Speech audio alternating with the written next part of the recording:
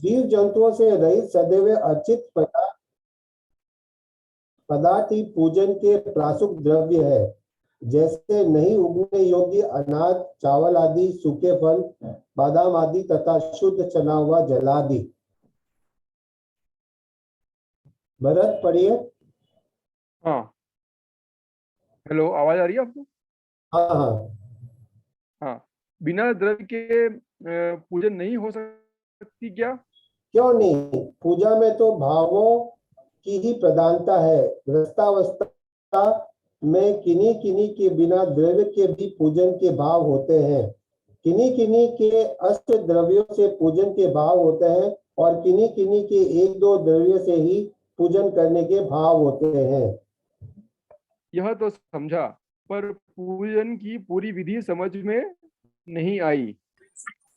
तुम तो यही खड़े खड़े बातों में ही समझ लेना चाहते हो। कल प्रातः मेरे साथ पूजन करने मंदिर जी चलना, वहां देखकर पूरी विधि अपने आप समझ में आ जाएगी। हाँ हाँ, अवश्य चलूंगा। मुझे मात्र विधि ही नहीं समझना है, मैं भी प्रतिदिन पूजन किया करूंगा।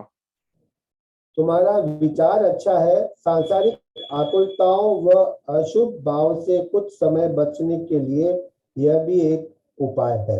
हो गया मोहित जी? ये मुझे लग रहा है मैंने पूरा एक्सप्लेन किया था, मुझे ध्यान आ रहा हाँ, है। किया था। हाँ, किया था, मुझे याद आ गया। हाँ। इसको अब हम लोग थर्ड चैप्टर पर आते हैं, उपयोग। हाँ जी।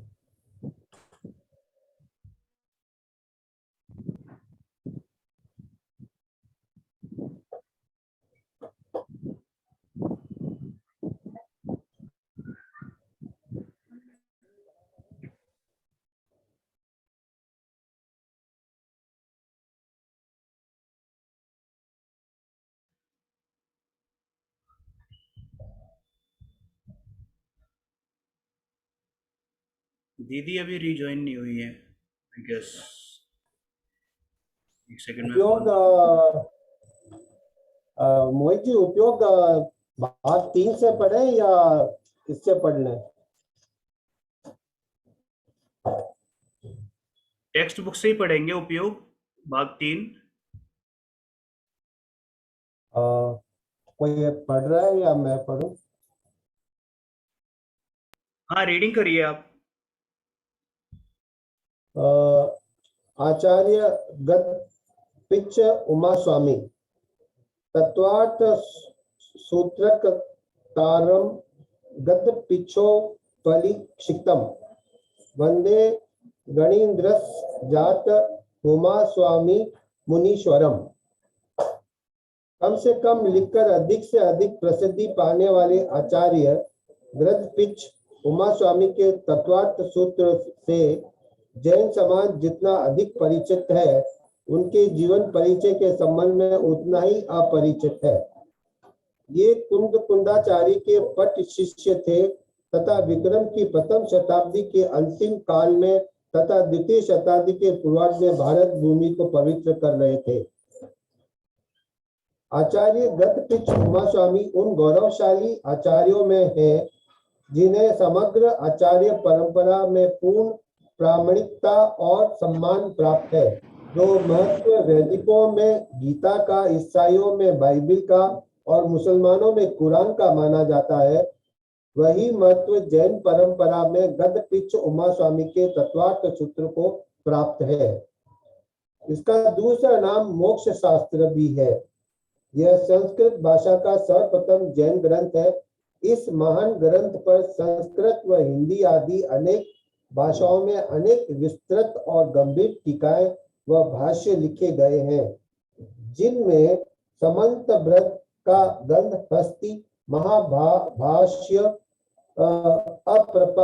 अप्राप्य अकलंक का तत्वार्थ, राजवाटिक विद्यानंदी का तत्वार्थ, श्लोक वार्तिक, पूज्यवाद का स्वार्थ सिद्धि आदि संस्कृत में तथा हिंदी में पंडित सदासुख दास जी की अर्थ प्रकाशिका आदि बहुत प्रसिद्ध है। प्रस्तुत अंश तत्वार्थ सूत्र के आधार पर लिखा गया है। हाँ मोहित जी।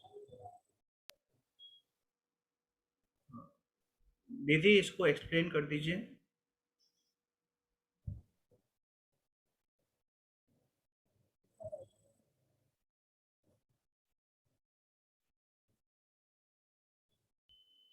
वैसे तो ये सेल्फ एक्सप्लेनेटरी है ना, क्योंकि ये तो हम 2-3 बार और पहले भी पढ़ चुके हैं, है ना। गृहदिपक्ष, आचार्य गृहदिपक्ष उमा स्वामी जी का आपको ध्यान होगा, हमने पढ़ा था ना, जब हमने 7 तत्वों का चैप्टर पढ़ा था, 7 तत्व के बारे में पढ़ा था, तब भी हमने पढ़ा था। ठीक है। हाँ जी। हाँ, तो ये मोक्ष शास्त्र यानी कि तत्वार्थ सूत्र में से ही लिया गया है। ठीक है, ये वाला जो पार्ट है उसी के बेस पर है। और तत्वार्थ सूत्र का जो महत्व है वो जैसे अन्य मतों में, ईसाइयों में बाइबल का है, मुस्लिम्स में कुरान का है, हिंदुओं में गीता का है, वैसे ही बल्कि उससे कहीं ज्यादा हमारे यहाँ तत्वार्थ सूत्र का महत्व है। सबसे बड़ा, सबसे छोटा ग्रंथ है, लेकिन इतना उपयोगी है, इतना ज्यादा विशाल है कि उसके ऊपर हजारों लाखों पेजों की टीकाएं अभी तक हो चुकी हैं, उनकी एक्सप्लेनेशन, एनालिसिस हो चुकी हैं। और ये नीचे ग्रंथों के नाम भी दे रखे हैं, जिसमें आचार्य समंत भद्र का गंधहस्ती महाभाष्य, इन्होंने इसको लिखना जब स्टार्ट किया था तो इसका मंगलाचरण ही अपने आप में एक बहुत बड़ा ग्रंथ बन गया था। और अप्राप्य का मतलब है प्राप्त नहीं है, आज की डेट में वो अवेलेबल नहीं है। अकलंक देव का तत्वार्थ राजवार्तिक है, ये भी उसकी टीका है। विद्यानंदी देव का है तत्वार्थ श्लोक वार्तिक। पूज्यपाद की है सर्वार्थ सिद्धि। ये संस्कृत में सब लिखे गए हैं, इनकी टीकाएं हुई हैं। और हिंदी में जो पंडित सदासुख दास जी हैं, उन्होंने अर्थ प्रकाशिका लिखा है। ठीक है। इसके बाद भरत भाई और आप, आर के जैन साहब, दर्शन लाल और ज्ञानचंद के रूप में आप बात वो कर लीजिए, कन्वर्सेशन। ठीक है। दर्शन लाल भाई, ज्ञानचंद, ये मेरी समझ में नहीं आता कि पिताजी ने अपने में अपने ये नाम कहाँ से चुने हैं। हाँ ज्ञानचंद, अरे तुम्हें नहीं मालूम, यह दोनों ही नाम धार्मिक दृष्टि से पूर्ण सार्थक हैं। अपनी आत्मा का स्वरूप ही ज्ञान दर्शन में है। मोक्ष मार्ग शास्त्र में लिखा है, उपयोगो लक्षणम, अर्थात जीव का लक्षण उपयोग है, और ज्ञान दर्शन के व्यापार अर्थात कार्य को ही उपयोग कहते हैं। अरे वाह, ऐसी बात है क्या? मुझे तो ये नाम बड़े अटपटे लगते हैं। भाई तुम ठीक कहते हो, जब तक जिस बात को कभी सुना नहीं, कभी जाना नहीं, तब तक ऐसा ही होता है। आचार्य कुंद कुंद स्वामी ने भी लिखा है, इस जीव ने विषय कषाय की बातें तो खूब सुनी, परिचय किया और अनुभव की हैं, अतः वह सरल लगती हैं, परंतु आत्मा की बात आज तक न सुनी है, न परिचय किया और न आत्मा का अनुभव ही किया, अतः अटपटी लगेगी ही। भाई ज्ञानचंद, तो आप इस उपयोग को थोड़ा खुलासा करके समझाओ, जिससे से कम अपने नाम का रहस्य तो जान सकूं। अच्छी बात है, सुनो। चैतन्य के साथ संबंध रखने वाले अनुविधायी जीव के परिणाम को उपयोग कहते हैं, और उपयोग को ही जन ज्ञान दर्शन भी कहते हैं।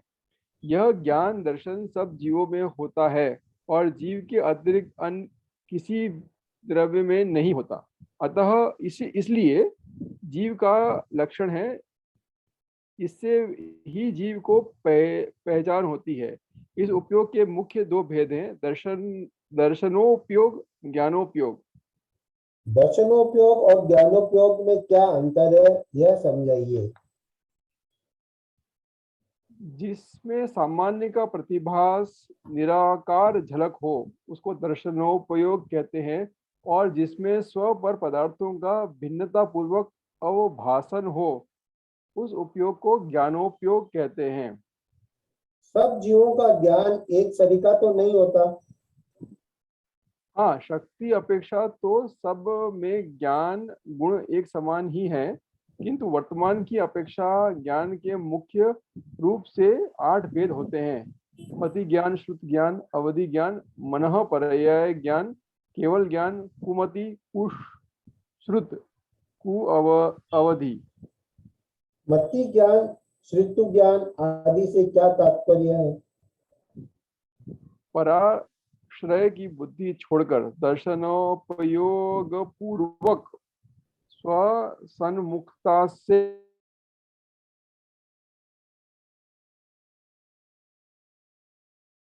इंद्रिय और मन है निमित्त, जिसमें उस ज्ञान को मति ज्ञान कहते हैं। और मति ज्ञान के द्वारा जाने हुए पदार्थ के संबंध से अन्य पदार्थों को जानने वाले ज्ञान को श्रुत ज्ञान कहते हैं। इंद्रियों और मन के निमित्त बिना तथा द्रव्य, क्षेत्र, काल व भाव की मर्यादा लिए हुए रूपी पदार्थ के स्पष्ट ज्ञान को अवधि ज्ञान कहते हैं। और मन पर्याय ज्ञान? सुनो, सब बताता हूं। ज्ञानी मुनिराज को इंद्रियों और मन के निमित्त बिना द्रव्य, क्षेत्र, काल व भाव की मर्यादा लिए हुए दूसरे के मन में स्थित रूपी विषय के स्पष्ट ज्ञान होने को मनः पर्याय ज्ञान कहते हैं। तथा जो 3 लोक तथा 3 कालवर्ती सर्व पदार्थों व उनके समस्त गुण व समस्त पर्यायों को अपेक्षित धर्मों को में स्पष्ट और एक साथ जानता है, ऐसे पूर्ण ज्ञान को केवल ज्ञान कहते हैं। ये तो ठीक है, पर कुमति आदि भी कोई ज्ञान है? आत्म स्वरूप न जानने वाले मिथ्या दृष्टि को जो मति, श्रुत, अवधि ज्ञान होते हैं, वे कुमति, कुश्रुत और वह कुअवधि कहलाते हैं, क्योंकि मूल तत्व में विपरीत श्रद्धा होने से उसका ज्ञान मिथ्या होता है। भले ही उसके प्रयोजन भूत लौकिक ज्ञान यथार्थ हो, किंतु प्रयोजन भूत तत्व सब ज्ञान मिथ्या ही है। क्या दर्शनोपयोग के भी भेद होते हैं? हाँ, दर्शनोपयोग 4 प्रकार का होता है। चक्षु दर्शन, अचक्षु दर्शन, अवधि दर्शन, केवल दर्शन। चक्षु दर्शन तो ठीक है, अर्थात आंख से देखना, परंतु अचक्षु दर्शन क्या है? नहीं भाई, ऐसा नहीं है। चक्षु दर्शन जिसमें निमित्त हो उस मति ज्ञान से पहले जो सामान्य प्रतिभास या अवलोकन होता है उसे चक्षु दर्शन कहते हैं। और चक्षु दर्शन को छोड़कर शेष 4 इंद्रियों और मन जिसमें निमित्त हो, ऐसे मति ज्ञान से पहले होने वाला सामान्य प्रतिभास को अचक्षु दर्शन कहते हैं। बहुत ठीक। और अवधि दर्शन? इसी प्रकार अवधि ज्ञान से पहले होने वाले सामान्य प्रतिभास को अवधि दर्शन कहते हैं, परंतु केवल दर्शन में कुछ विशेषता है। वो क्या है? केवल ज्ञान के साथ होने वाले सामान्य प्रतिभास व अवलोकन को केवल दर्शन कहलाते हैं। केवल दर्शन व केवल ज्ञान में काल भेद नहीं होता। वाह भाई, खूब समझाया, धन्यवाद। दीदी दीदी आई थिंक दीदी आवाज आ रही है दीदी? आप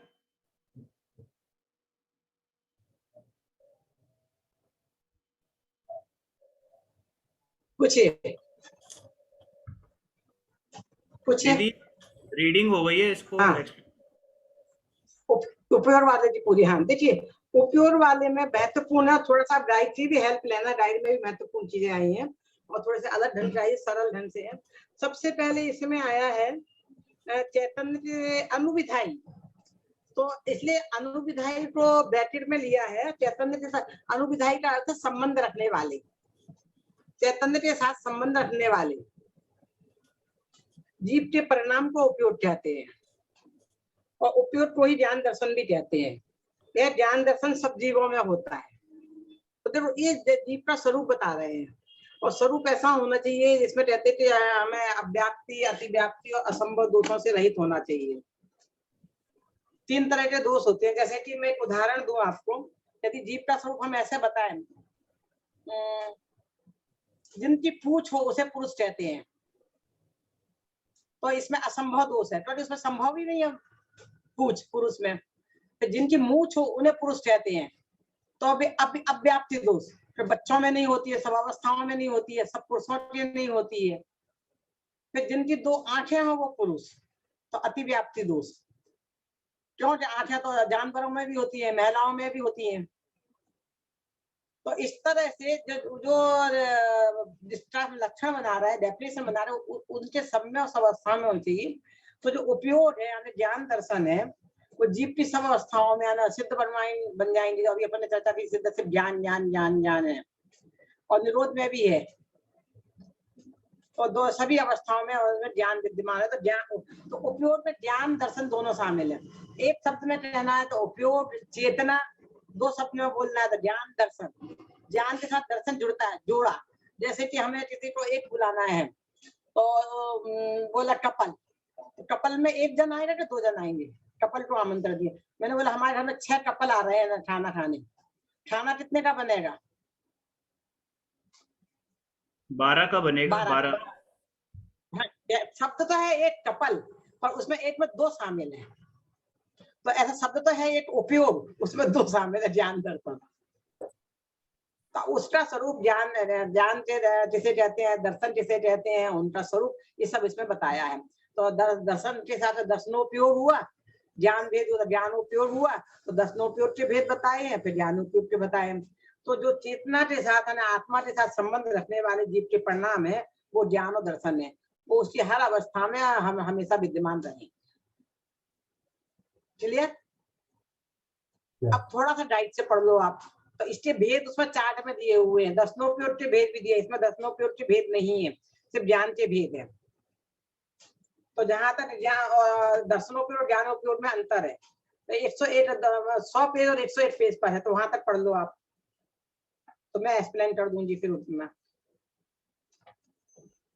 नुपुर जी आप पढ़ोगे?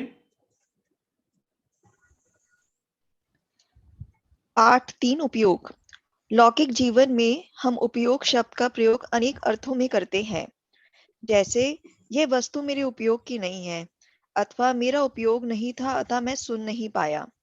इस पाठ में द्वितीय अर्थ में उपयोग का प्रयोग किया गया है। उपयोग नहीं था अर्थात चेतना का व्यापार नहीं था।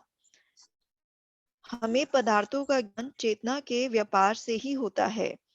उपयोग का स्वरूप बताते हुए प्रस्तुत पाठ में कहा गया है कि चैतन्य के साथ संबंध रखने वाले जीव के परिणाम को उपयोग कहते हैं। उपयोग को ज्ञान दर्शन भी कहते हैं। यह जीव का असाधारण गुण है, अतः यह जीव की समस्त अवस्थाओं में निगोद से सिद्ध तक पाया जाता है। इसका ना तो पर के द्वारा हरण होता है, ना ही नाश, और ना ही यह पर के द्वारा मलिन होता है। यह 2 प्रकार का होता है, दर्शनोपयोग, ज्ञानोपयोग। इसके भेद प्रभेद निम्न चार्ट द्वारा समझे जा सकते हैं। चार्ट में बताया गया है उपयोग 2 प्रकार का होता है। दर्शनोपयोग, दर्शनोपयोग के अंदर चक्षु दर्शन, अचक्षु दर्शन, अवधि दर्शन, केवल दर्शन है। और दूसरी तरफ है ज्ञानोपयोग। ज्ञानोपयोग के अंदर बताया गया है मति ज्ञान, श्रुत ज्ञान, अवधि ज्ञान, मन पर्याय ज्ञान, केवल ज्ञान। फिर मति ज्ञान में है कुमति ज्ञान, सुमति ज्ञान। श्रुत ज्ञान में है कुश्रुत ज्ञान और सुश्रुत ज्ञान। और अवधि ज्ञान में है कुअवधि ज्ञान और सुअवधि ज्ञान। ध्यान रहे, शक्ति अपेक्षा तो ज्ञान गुण सब जीवों में समान ही है, किंतु वर्तमान ज्ञान की अपेक्षा ज्ञान के उक्त भेद किए जाते हैं। दर्शनोपयोग में दर्शन से तात्पर्य देव दर्शन नहीं है, अपितु जिसमें मात्र पदार्थों की सत्ता का एहसास होता है, प्रतिभास होता है, अर्थात भेद दिखाई नहीं पड़ता है, वह दर्शनोपयोग है। दर्शनोपयोग अवग्रह से भी पहले की स्थिति है। दर्शनोपयोग और ज्ञानोपयोग के अंतर को हम निम्न प्रकार समझ सकते हैं। थोड़ा पहले ये समझा दर्शनोपयोग दो, अब पहले स्थिति फिर पढ़ना अंतर। ऐसा है देखो कि हम कोई चीज देखते हैं, जैसे आप पढ़ते हो किसी भी चीज, अभी आप पढ़ रहे हो, चलो देखने की बात जाने दो, तो पहली बार पढ़ा धीरे की तो आपको ऐसा लगा बहुत सारी चीजें समझ में नहीं आई, बहुत मोटे तौर पे बना रही हो, इसमें तो बहुत सूक्ष्मता की बातें हैं। तो कहीं हम ड्राइव करते हैं, घाटी पे जा रहे हैं, तो रात का अंधेरा है, एकदम लाइट सी नजर आई, कुछ आ रहा है, तो उस अपग्रह से पहले की स्थिति, अपग्रह, यह अवाय, धारणा, ये 4 चीजें हैं जो तत्वार्थ सूत्र में आती है, बाद में आपको पढ़ाएंगे। नाम याद रहे बहुत अच्छा, नहीं रहे तो कोई बात नहीं।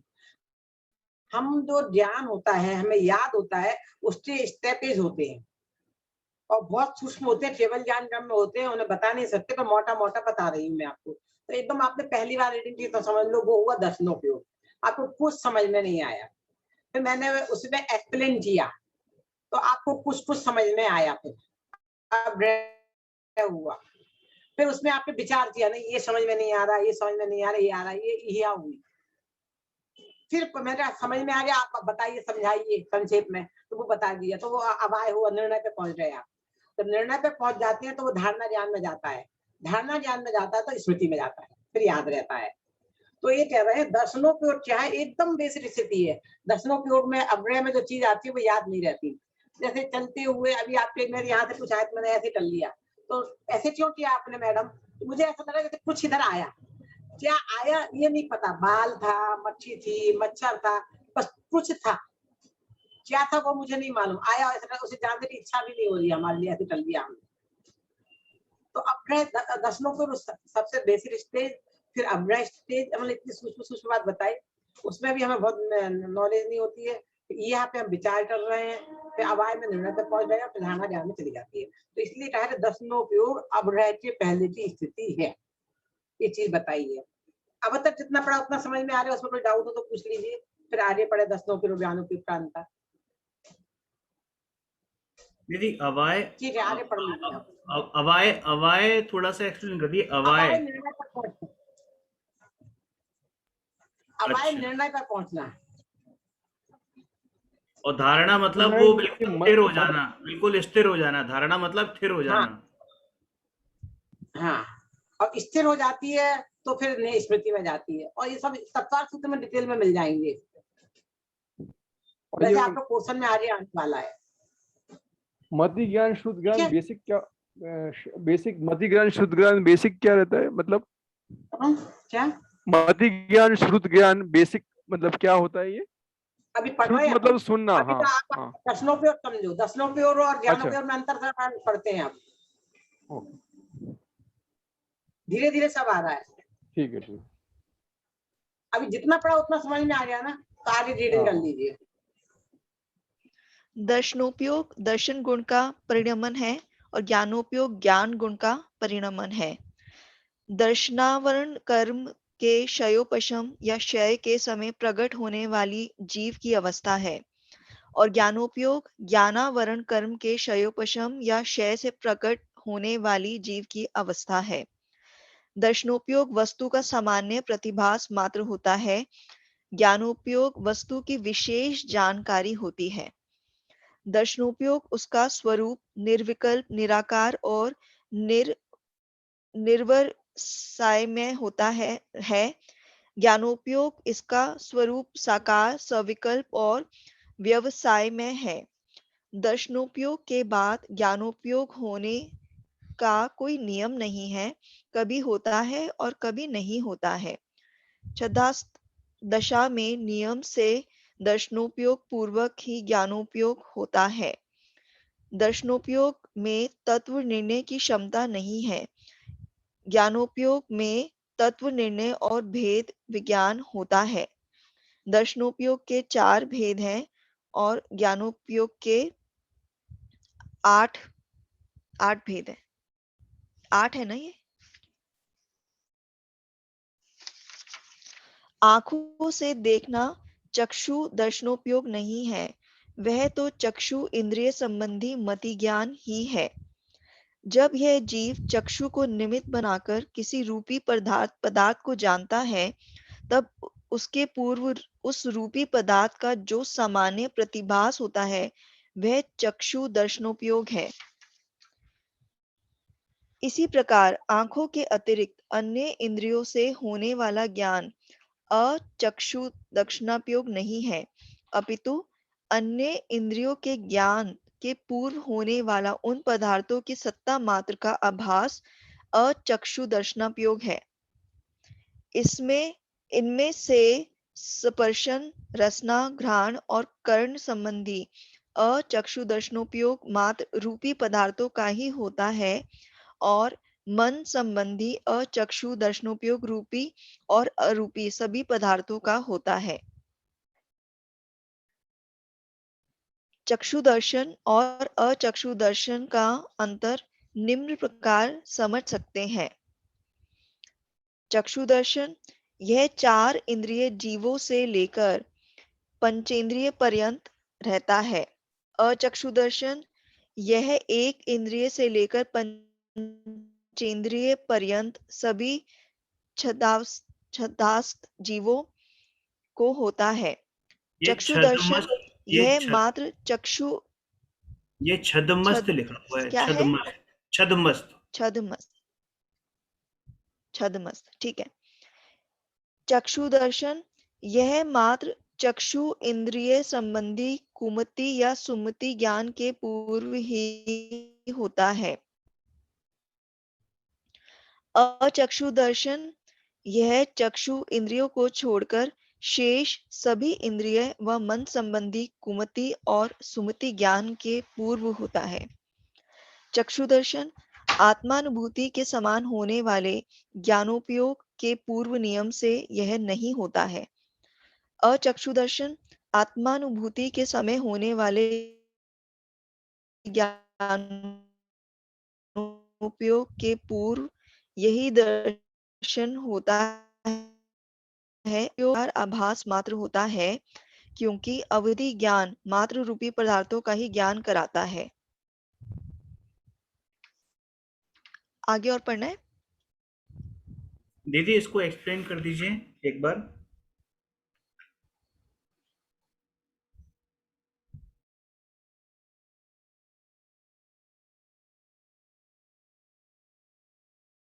आपकी आवाज नहीं आ रही दीदी।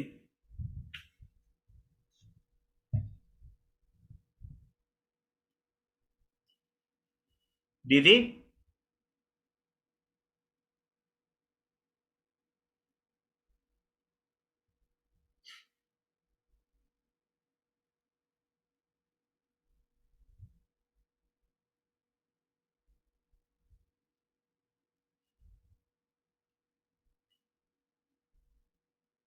नुपुर जी इसको कंटिन्यू कर लीजिए, फिर अभी दीदी ऐसी ऑनलाइन होती हैं तो हम आ गई दीदी, शायद अभी नहीं आई है। आप कंटिन्यू करिए इसको।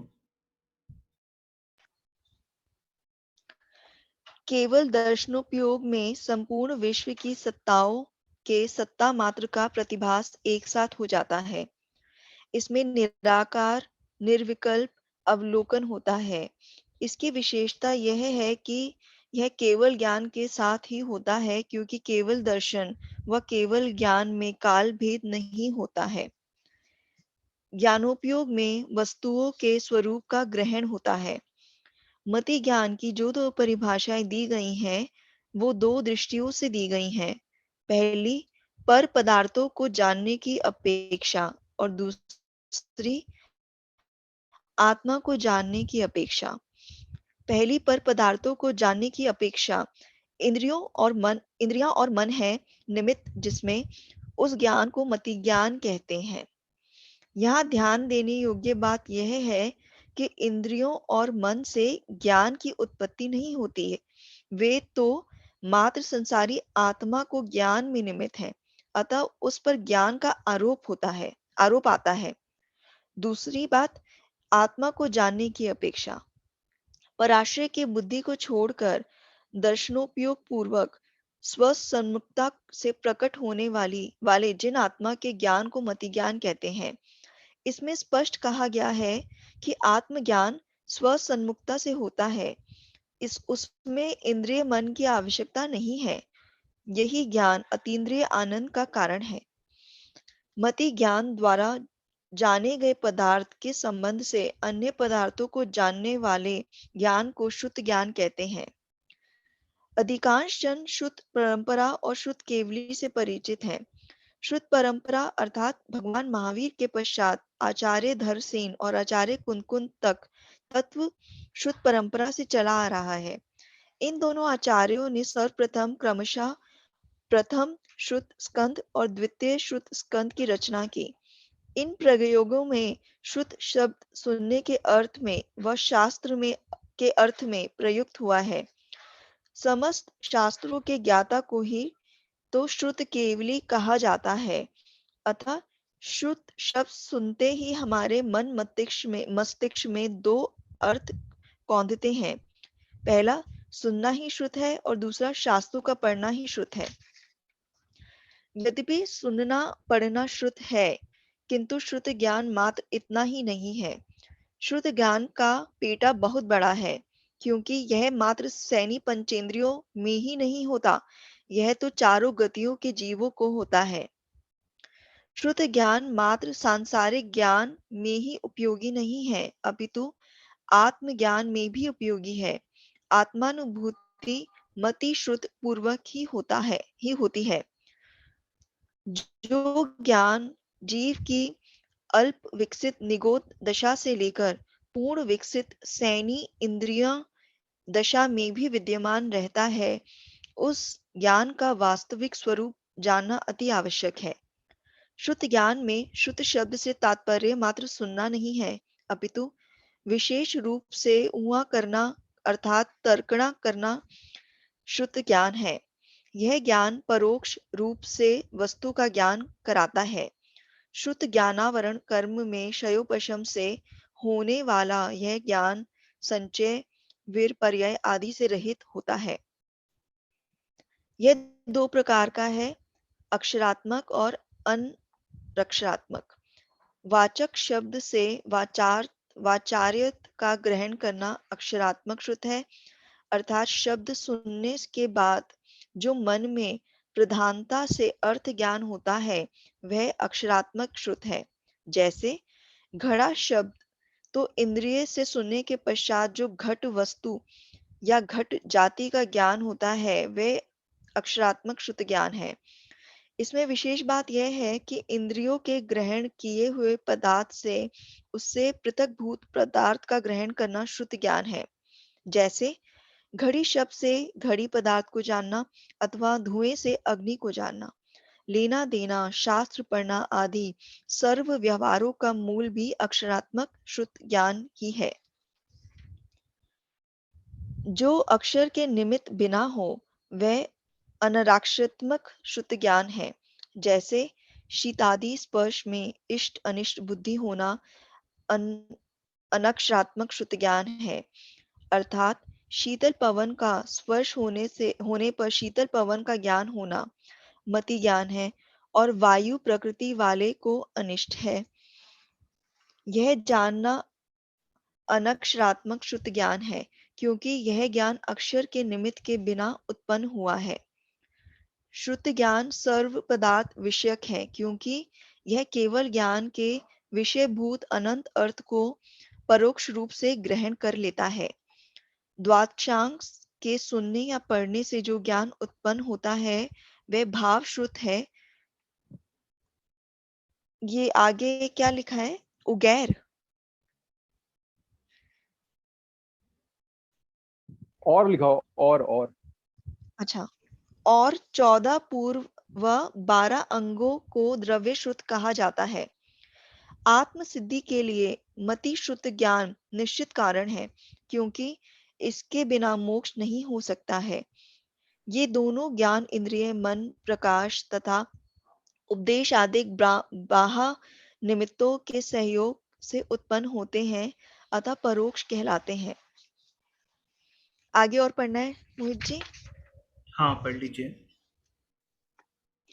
इन दोनों के अंतर निम्न प्रकार निम्न प्रकार समझ सकते हैं।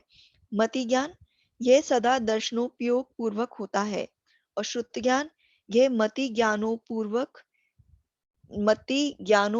पूर्वक होता है। मति ज्ञानावरण कर्म के क्षयोपशम से होता है, और श्रुत ज्ञानावरण कर्म के क्षयोपशम से होता है। मति ज्ञान के बाद श्रुत ज्ञान होने का नियम नहीं है। श्रुत ज्ञान के पूर्व मति ज्ञान नियम से होता है। मति ज्ञान इंद्रिय मन से ज्ञात पदार्थों को विशेष रूप से नहीं जान सकता।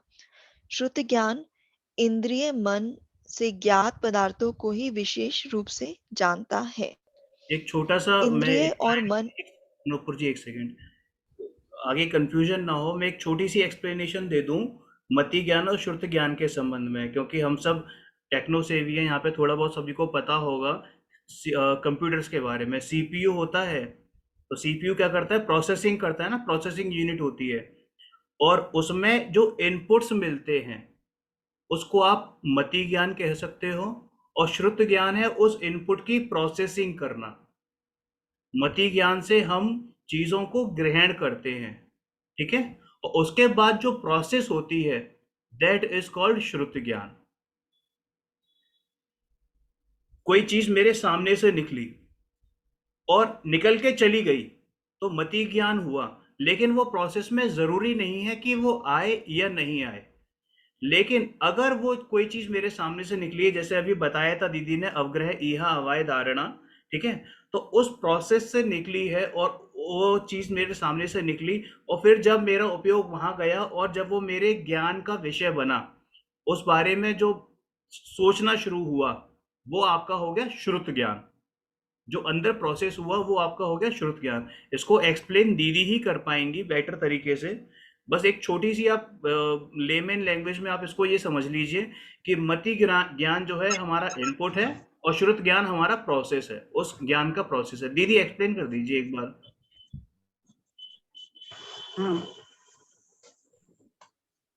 तो पहले चक्षु दर्शनों की ओर ज्ञानों की ओर से जाते हैं। अब बेहतर अपन ने एक्सप्लेन कर लिया था। अच्छा, दर्शनों के और ज्ञानोपयोग में अंतर। तो जैसे हमारे आम है, तो आम में जो मिठास है वो स्पर्श गुण के कारण है कि रूप गुण के कारण है कि रस गुण के कारण है? रस गुण है उसमें। रस गुण है। हाँ, तो रस गुण के कारण मिठास है ना। रूप गुण के कारण क्या है?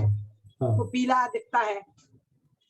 स्पर्श गुण के कारण हार्ड है उसी आम में, पर सबके काम अलग अलग है। तो ऐसे आत्मा में भी ज्ञान गुण है, दर्शन गुण है।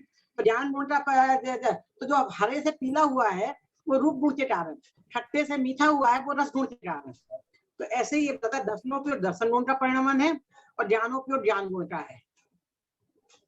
तो इसलिए दर्शन गुण के 6 उपशम से होता है, ज्ञान गुण के 6 उपशम से होता है। इसमें वस्तु का सामान्य प्रतिभास होता है, तो विशेष जानकारी नहीं होती है। इसमें विशेष जानकारी होती है ज्ञान कहती सब विशेष जानकारी हो गई। इसमें निराकार है, आकार नहीं है, व्यवसाय नहीं है, प्रयास नहीं है, विकल्प नहीं है। इसमें आकार है, विकल्प है, व्यवसाय है, प्रयत्न है, पुरुषार्थ है। दर्शनों की ओर हो जाए उसका ज्ञानों की ओर हो या नहीं, वो कंपल्सरी नहीं है। ज्ञानों की ओर होगा तो छद्मस मतलब अल्प ज्ञानी दशा में, केवल ज्ञानी दोनों साथ साथ होते हैं। अल्प ज्ञानी में पहले दर्शनों की ओर होगा फिर ज्ञानों की ओर होगा, ये बात नियम है। दर्शनों की ओर में निर्णय की क्षमता नहीं है, किसी भी तरह के निर्णय की क्षमता नहीं है। और इसमें तत्व निर्णय होता है, ज्ञानों की ओर में भेद विज्ञान होता है, सब इसी में कार्य होते हैं। इससे 4 भेद है, इससे 8 भेद है, ये बताया गया। अब चक्षु दर्शन और चक्षु दर्शन में अंतर है। जो आंखों से दिखता है वो चक्षु,